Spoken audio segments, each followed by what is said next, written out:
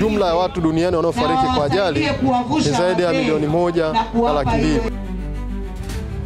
Makosa yenyewe ni mengi kabisa, naona hawaga hatuonewi. Tumejifunza vitu vingi, istoshe imetustua hata sisi wenyewe ambao tulikuwa tumepigwa dolo hatuelewi sheria hizi. Takwimu hizi zinaonyesha pia kwamba wanaoathirika ni watoto wa miaka 5 hadi vijana wa miaka 29. Kabla ya kumpatia dereva wako chombo, jiridhishe basi ana leseni, amepata mafunzo ya usalama barabarani, ana sifa zile za kuwa dereva. Kwanza niwe na umakini ninapotumia chombo changu cha moto. Yes bana, hii ni AyoTV na millardayo.com, na taarifa ya leo ni kwamba Chuo cha Taifa cha Usafirishaji NIT kimeweza kuandaa mafunzo kwa kushirikiana na Jeshi la Polisi hapa katika wilaya ya Kasulu mkoani Kigoma. Kimeandaa mafunzo maalum kwa madereva pikipiki maarufu kama bodaboda pamoja na madereva wa magari madogo aina ya mchomoko. Kubwa zaidi ni kuweza kutoa elimu hususan ya usalama barabarani. Tumeona mara nyingi sana kumekuwa kukitokea ajali zikihusishwa na madereva pikipiki na saa nyingine kuhusishwa na magari madogo aina ya mchomoko. Kwa hapa Kasulu ni maarufu sana. Sasa leo chuo hiki cha usafirishaji NIT kimeweza kuandaa mafunzo maalum, lakini mafunzo haya ni mafunzo kwa siku 5 mfululizo, kubwa zaidi wakiwa wanaenda kuongea na madereva pikipiki vijiweni pamoja na madereva wa magari madogo katika maeneo yao ya kazi. Na hapa na kupitisha kidogo uone wakifafanua zaidi kuhusiana na hili ambalo limewaleta hapa mkoani Kigoma, hususan katika wilaya ya Kasulu kwa ajili ya kutoa elimu. Kubwa zaidi ni usalama barabarani wakiwa naendesha vyombo vyao vya moto. Naitwa Godlisten Msumanje, mkuu wa kituo cha kikanda cha umahiri katika usalama barabarani. Tuko hapa Kasulu mkoa wa Kigoma kwa ajili ya utoaji wa elimu ya usalama barabarani kwa watumiaji wa barabara. Makundi ambayo tumeyafikia ni wanafunzi wa shule za msingi 13, lakini vile vile madereva bodaboda na bajaji na dereva wa magari madogo kwa huko Kigoma wanaita mchomoko. Lengo kuu la kukutana na makundi yao kuwafikia elimu hii ni ili wawe na matumizi sahihi ya barabara. Lakini pia tumewafundisha kwa hawa madereva bajaji na bodaboda siku ya leo tumewafundisha kanuni za au falsafa za udereva bora, ambao tumefundisha kanuni 5 za usalama za madereva bora, lakini vile vile tumewafundisha mbinu za kuwa salama barabarani. Tumewafundisha uzingatiaji wa sheria, kanuni na michoro ya barabarani. Kwa mujibu wa takwimu za usalama barabarani, Shirika la Afya Duniani WHO wametoa ripoti ya mwaka 2023.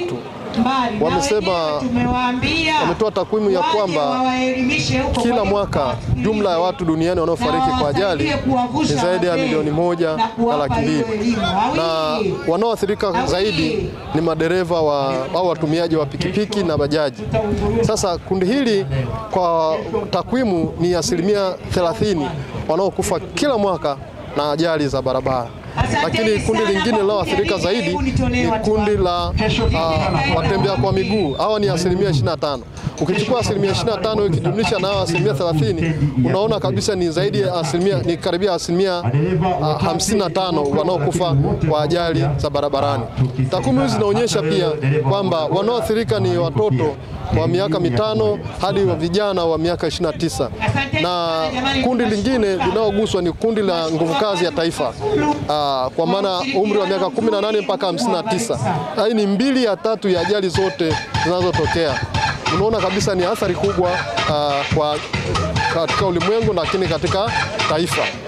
Lakini vile vile kwa takwimu hizo Tanzania, katika hotuba ya Mheshimiwa Rais wa Jamhuri ya Muungano wa Tanzania Dr. Samia Suluhu Hassan kama mdau na mkereketo wa masuala ya usalama barabarani, alitoa hotuba yake ya masikitiko sana alipokuwa anafunga mwaka na kukaribisha mwaka mpya, ya kwamba jumla wa Tanzania waliofariki katika ajali za barabarani pekee mwaka 2024 ni 1715.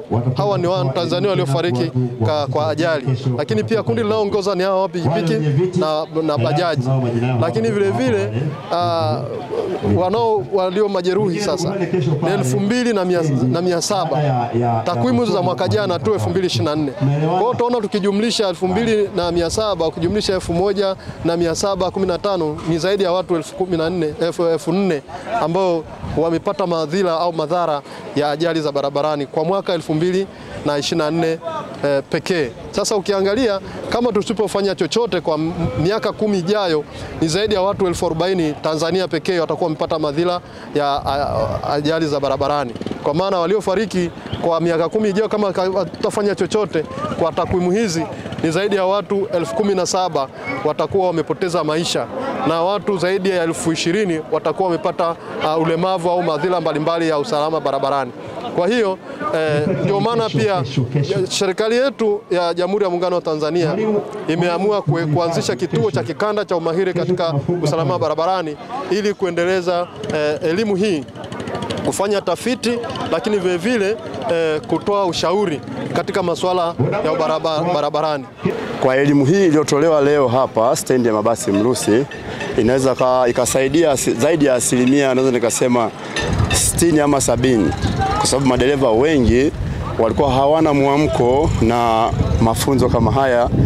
Leo wamepata mwamko, na inategemea kuanzia sasa na kuendelea watavutika wao na watakwenda kwenye vyuo vya udereva kupata elimu na mafunzo sahihi, na mwisho wa siku watakuwa madereva bora na madereva wenye sifa maalum. Nikiripoti kutokea katika wilaya ya Kasulu mkoani Kigoma, mimi naitwa Dreams TZA wa AyoTV na millardayo.com.